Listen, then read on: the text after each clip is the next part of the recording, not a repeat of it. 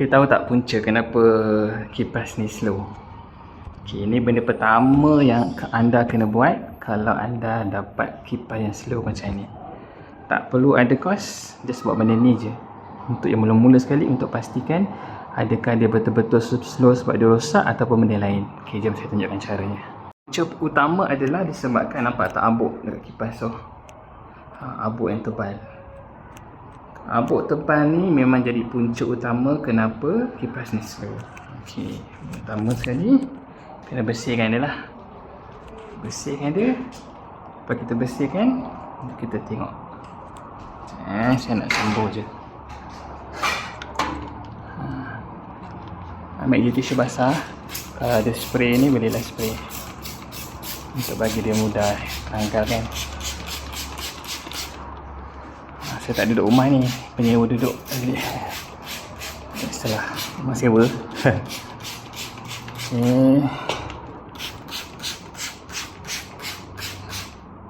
Kalau abuk ni tak berminyak macam ni, hanya perlu ambil penyapu je.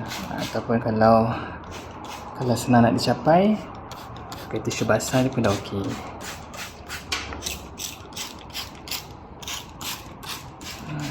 Saya pakai ni sebab dia berminyak,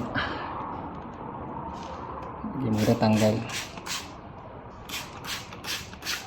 Okey, biarkan kejap, nanti kita lap. Okey, saya dah bersihkan dah. Dah tak ada abuk dah. Lebih baiklah daripada tadi. Okey, kita try. Okey, saya buka kipas ni, kita tengok dia punya laju dia. Adakah sama macam tadi ataupun ada improvement. Tak berjalan dulu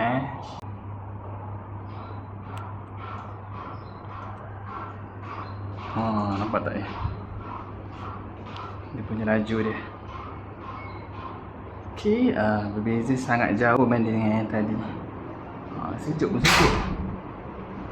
Okey, semoga bermanfaat. Jangan lupa follow ya. Terima kasih.